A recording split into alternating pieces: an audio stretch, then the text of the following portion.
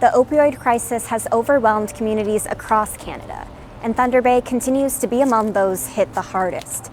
The Thunder Bay District Health Unit has seen the highest opioid toxicity rate in Ontario for the past 2 years. Already this year, health officials believe 22 people have died from suspected drug-related deaths, after 132 suspected deaths last year.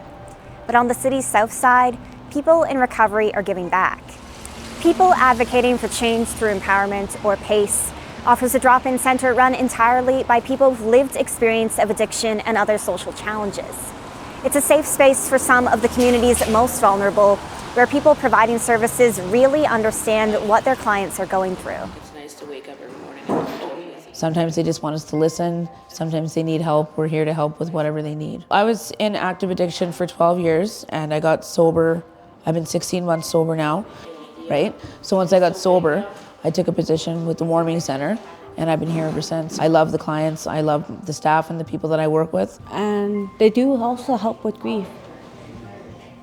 Like they'll help you find a grief counselor, or they're here to listen when you need someone to talk to. For me that I'm happy that I'm alive, and my visions is to get my kids back and go to treatment, get myself better, and finish my education. It's very rewarding to come here and be able to help somebody with what they're going through in their life, especially when you've been there and you had people that helped you, right? So it's nice to be able to do the same for somebody else. Can you tell me a little bit about the lived experience you bring to PACE? So I spent almost 20 years in addiction, generally in British Columbia. I was an injection user and just overall the street life and being stuck in addiction. How does it feel to be on the other side of that now in this role? I think the first word I would describe would be gratitude. I'm grateful to be able to receive the services that I did, end up in a state where I was so broken that I found the option of recovery, and to be able to use that recovery within the community and work with others and show them the path that I went. I think that the clients, they know my story. They go to detox, they see my story, and they tell me that it gives them hope. I know you've done a lot of advocacy here. What additional supports do you think would help people get the help they need quicker? We need to expand detox. We need to expand the recovery community, and when I say that, we need more recovery homes here in Thunder Bay.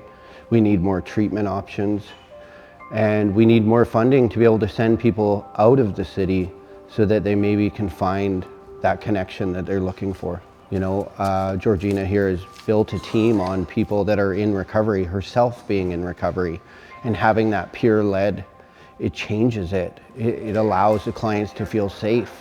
What are some of the challenges that are facing the clients right now in keeping on those programs or seeking the help in the first place? Well, as it's widely known, we don't have enough beds to put people in.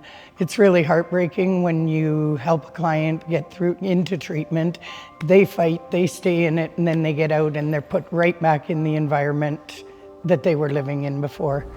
We asked to speak with Ontario's Associate Minister of Mental Health and Addictions, Michael DeBolo, about these calls to action.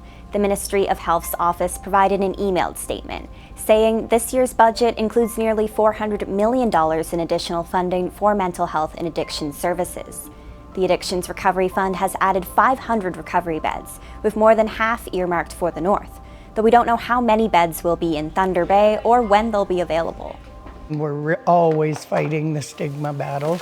A lot of people look at the clients that come here and think that they're worthless, and they're not. They don't all want handouts. They want to earn what they're getting in return, but it's really difficult for them. I think PACE it needs to be known as such a vital hub in this city for people to be able to get help, for people to feel safe, and that our staff we're here to help you.